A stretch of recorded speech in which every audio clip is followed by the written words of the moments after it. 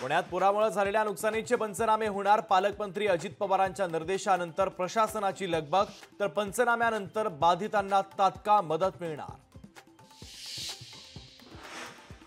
महाराष्ट्रासह गुजरात, कर्नाटक, पश्चिम बंगाल आणि तेलंगणातील पूरस्थिती नियंत्रणात आणण्यासाठी खास पॅनलची निर्मिती। केंद्र सरकारचा पूरबाधित 5 राज्यांसाठी 2500 कोटी रुपयांचा प्रकल्प।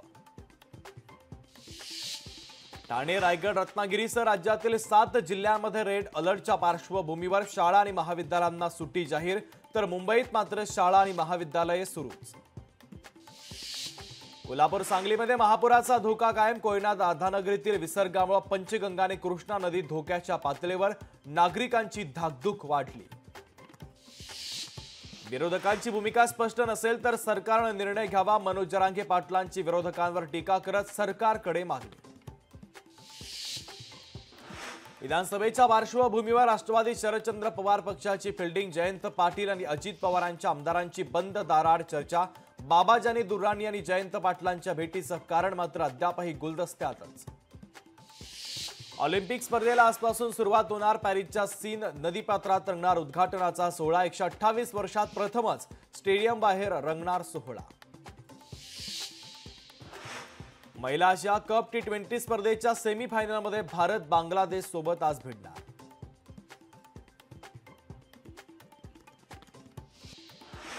शरद पवार 2 दिवसांच्या छत्रपती संभाजीनगरच्या दौऱ्यावर। विधानसभा निवडणुकीच्या पार्श्वभूमीवर छत्रपती संभाजीनगरचा दौरा महत्त्वाचा।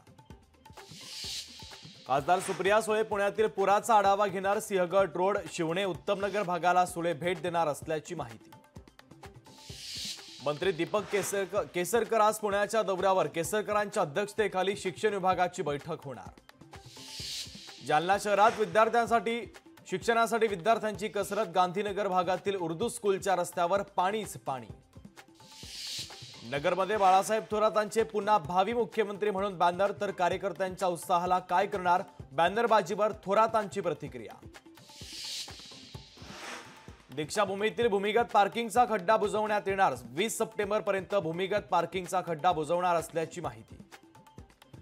नाशिक केट्यान धरण प्रकरणातील 5व्या संशयिताला तळोदा येथून अटक। संशयित सुरतमधून अवैध मद्याची महाराष्ट्रात तस्करी करत असल्याचा प्रकार।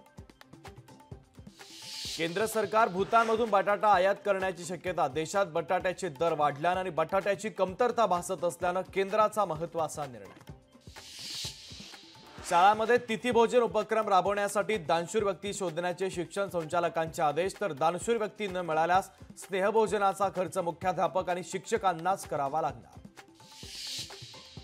उच्च न्यायालयाच्या आवारामध्ये एकदा वापरलेल्या जाणाऱ्या प्लास्टिकवर बंदी घालण्याचा निर्णय। मुख्य न्यायमूर्तींच्या आदेशानुसार परिपत्रक जारी।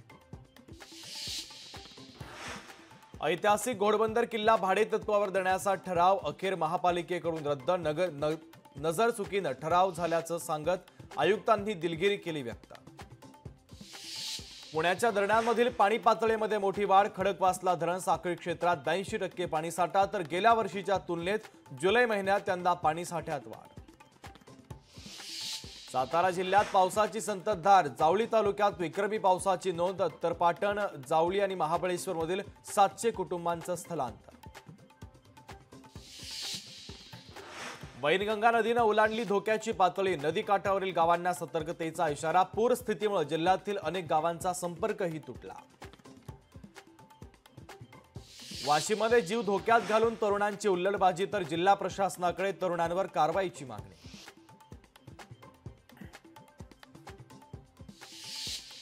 रायगड जिल्ह्याच्या सर्वच भागातील पूर ओसरला, तर सावित्री, अंबा, कुंडलिका नद्यांच्या पाणी पातळीमध्ये घट।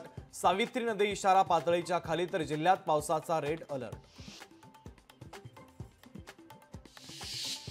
वर्धाकरांसाठी दिलासादायक बातमी। वर्ध्यातील महाकाळी धरण ओव्हरफ्लो, धरणातून धाम नदीमध्ये विसर्ग सुरू। नांदेड जिल्ह्यात गेल्या 2 दिवसांपासून संततधार पावसामुळे आसना नदी ओव्हरफ्लो, तर पावसामुळे शेतकऱ्यांना मोठा दिलासा।